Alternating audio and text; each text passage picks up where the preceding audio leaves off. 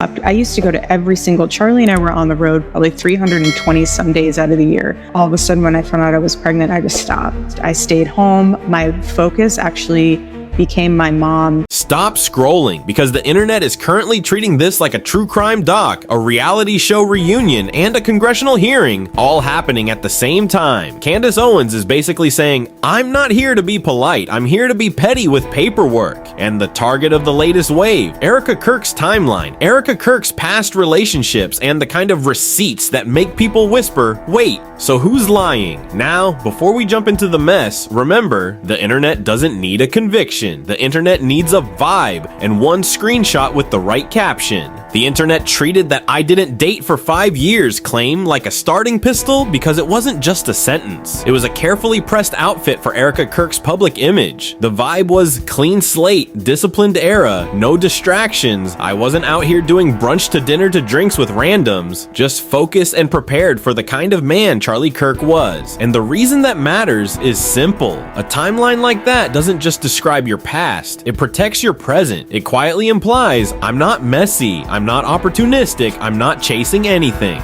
Which is exactly why people who already feel suspicious go, oh really? 5 years? Because the internet doesn't hear a claim like that and move on. It hears a claim like that and immediately starts sharpening pencils like it's tax season. Suddenly everybody becomes a part-time forensic accountant for romance, okay? 5 years. So what counts as dating? What counts as being seen? What counts as talking? What counts as my incredible boyfriend energy? It's like TSA for reputations. Shoes off, belt off, laptop out. Explain the timeline. And the suspense is that once the internet decides the timeline is a test, it doesn't test it like a normal person. It tests it like a reality show producer with an evil grin. People start hunting for footage, receipts, old clips, that one photo, that one interview, anything that can turn one clean sentence into a messy headline. And here's the comedy. The internet is never satisfied with being correct. It wants to be dramatically correct, not maybe she misspoke. No, the internet wants aha, caught, roll the montage. Because in online culture, a timeline mismatch isn't treated like a human inconsistency, it's treated like a Marvel post-credit scene that proves the whole movie was a lie. And once that mindset kicks in, the story stops being about 5 years and starts being about trust. Because if one sentence looks polished, rehearsed, or too perfect, people don't see it as confidence. They see it as casing the narrative. And now everyone's asking the second question like it's a jump scare. Okay, so what footage exists? And when the internet starts sniffing a timeline, it immediately asks the second question. Okay, so what footage exists? The reality TV problem lands like a jump scare because cameras are undefeated. You can debate motives, you can debate timelines, you can debate whether people are being unfair. But once someone says, wait, wasn't Erika in New York during that era? And wasn't there a summer house appearance around August 2018? The internet basically turns into a conspiracy-themed TSA checkpoint. Okay, ma'am, step to the side. We're going to need you to explain the timeline, the city, and why Bravo has footage that looks like it's living in the same zip code as your quiet season narrative. And this is why reality TV is so dangerous to a polished public image. It's not a rumor mill, it's a receipt printer that never runs out of ink. The internet doesn't even care if the moment is important. It cares that the moment exists, because the moment a clip exists, the internet acts like it found a fossil. This proves there was life here, and also we're going to build an entire documentary around it by Tuesday. And then the it gets spicier part. The script's mention of alcohol scenes becomes internet popcorn fuel because online critics love nothing more than a contradiction they can summarize in one sentence. So you don't drink. But Bravo filmed you drinking? To a normal human brain, that could still be nothing. Editing, context, a phase of life, a one-off, a mocktail, whatever. But the internet doesn't want context. It wants a headline. It wants the satisfying click of gotcha. And once the internet thinks it caught one contradiction, it doesn't slow down. It speeds up because one contradiction becomes a gateway drug to the next investigation. If the timeline feels wobbly here, people immediately assume it's wobbly everywhere. Not maybe there's nuance, but okay, what else is being curated? That's why the cameras matter. They don't just record actions, they freeze narratives, and then strangers show up years later like unpaid interns for the FBI of vibes going, interesting, very interesting. And once the internet thinks it caught one contradiction, it goes hunting for the public boyfriend chapter. The internet starts acting like it just found a golden ticket in a cereal box. Because a rumor is messy, but a magazine mention, that's organized mess. Allegedly, critics point to Tyler J.T. Massey, professional baseball player, public relationship, incredible boyfriend line in Arizona Foothills magazine, plus photos that give off that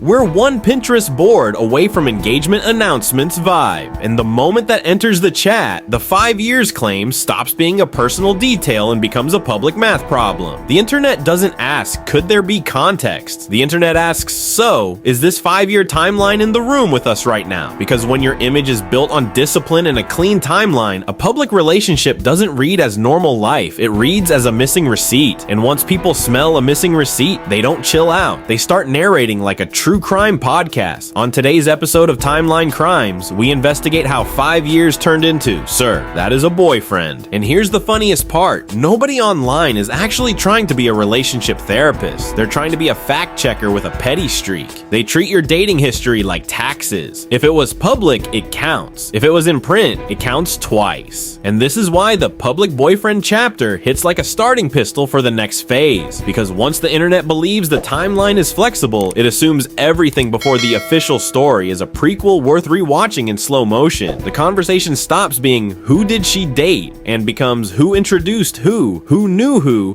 was in the same circles, and why does the cast list look like everybody already had each other's numbers? That's when the internet levels up from romance to network analysis. Like it's building a conspiracy corkboard, except the corkboard is a group chat and the red string is quote tweets. And once who dated who is on the table, the internet always levels up to who was connected to who before the official story even begins? So here's where the story hits its weight. Why do you all know each other already? Phase. Because in the narrative you shared, Kat Phillips shows up as the ex-Fiancé figure, and suddenly the timeline starts making noises it shouldn't make. Allegedly, there's a September 2017 post implying Kat and Erika were together. Cute painting lessons, couple vibes. The kind of thing that screams, we're bonding over acrylics and emotional damage. Then, plot twist, the same ecosystem claims there are photos of Kat and Charlie around that same time, implying they weren't strangers either. Meanwhile, the public storyline says Erika meets Charlie in 2018, and now the internet is doing that thing it always does, turning into TSA for timelines. Okay, everyone empty your pockets, shoes off, laptops out. Why is 2017 touching 2018 without permission?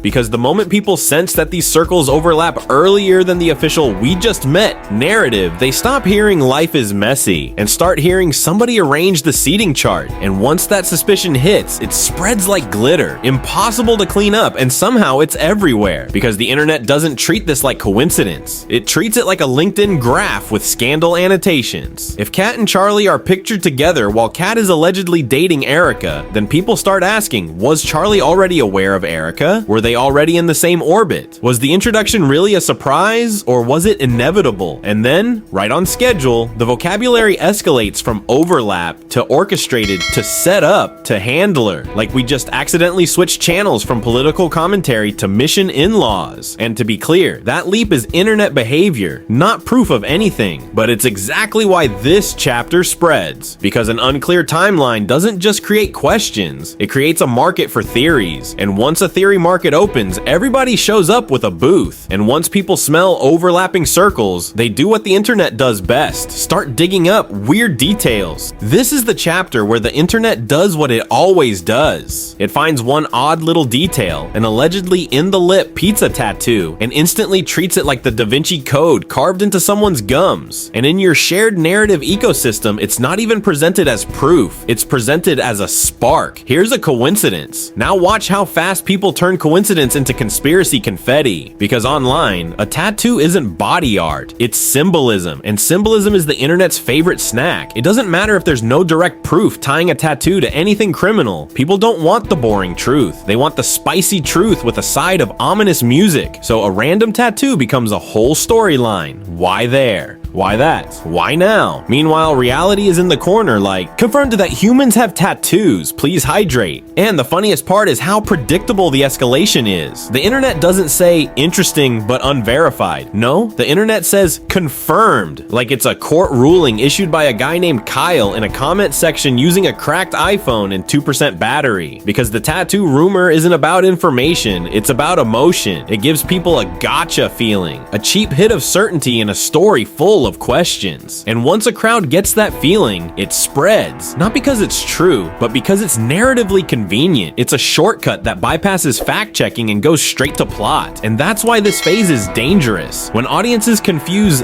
"this is weird" with "this is evidence," you don't just get speculation, you get reputations set on fire over what is basically internet fan fiction with a dark filter. And after the weird details phase, the next phase is always the scariest. What got deleted? This scrubbed traces moment is the part where the internet stops playing detective and starts acting like TSA at 5 a.m. Shoes off, laptop out, and "ma'am, why is your timeline beeping?" Because in your shared material, the allegation isn't just that old Erika cat posts disappeared. It's that they disappeared in a context where the audience is already hyperfixated on who knew who when, so the second content vanishes. People don't interpret it as privacy. They interpret it as, oh, cleanup. Like someone just slid into a control room and smashed the big red delete button while dramatic music plays. And yes, rationally, everybody deletes X content all the time. Breakups happen, marriages happen, people cringe at old captions like "my forever" and hit remove like it's a spiritual cleanse. But online, deletion is never neutral. It's suspicious seasoning because the internet has decided missing receipts are basically confession tapes. So instead of moving on, it becomes cover up. Instead of fresh start, it becomes scrubbing evidence. And suddenly the loudest proof isn't what's posted, it's what's gone, which is exactly why this arc spreads. You don't even need a screenshot to argue. You just need a gap, because the internet will build a whole skyscraper of suspicion on a single missing brick. And once the internet believes the cleanup crew arrived, it immediately asks, okay, who's staying quiet and why? The Candace says she reached out angle is basically the internet's favorite recipe. Take one unanswered message, add 2 cups of distrust, sprinkle in a little "why won't they just respond?" and bake it at 500 degrees until it becomes a whole cinematic universe. Because in your shared material, the claim isn't "this proves everything," it's "Candace tried, got silence." And online silence doesn't read like silence. It reads like a megaphone. The moment someone doesn't respond, the internet doesn't go, maybe they're grieving. It goes, oh. So we're doing the quiet because guilty strategy. And then every absence becomes a breadcrumb trail. Every non-appearance becomes a pattern. And every refusal to engage becomes a storyline all by itself. Like the comment section is running a live courtroom where the judge is a TikTok stitch and the jury is 12 people with ring lights saying, if it was me, I'd clear it up in 5 minutes. And the funniest part is how fast it escalates, because the internet doesn't ask, it auditions. If you don't answer, the internet answers for you using fan fiction, a slow motion zoom, and dramatic music like, notice how the left eyebrow twitched, that's code. So no response isn't proof, but it is rocket fuel for commentary, because when the official people won't speak, the unofficial people will, loudly, confidently, and with absolutely zero shame. And right after silence, the internet always jumps to the most dramatic genre shift, military base allegations. The secret meeting claim, where receipts turn into, this is a Netflix limited series. Your material includes a narrative that Candace interviewed a former soldier called Mitch, who claimed to be at a base, Fort Wuka, and said a high-level meeting happened. And Candace says she could verify travel metadata, but could not independently confirm who was seen. The script even emphasizes, assume everything has allegedly attached. This matters because even within the narrative, it's framed as claim plus partial verification plus identity uncertainty. And that's exactly the kind of messy ambiguity the internet treats like a buffet. And once allegedly enters the room, you know what shows up right behind it. The internet's favorite word, paternity rumors. This he's the father vibe is basically the internet doing what it does best. Seeing one clip from 2015 where a guy kinda sorta maybe resembles someone and a kid happens to be in the same frame, then immediately launching CSI comment section like, enhance.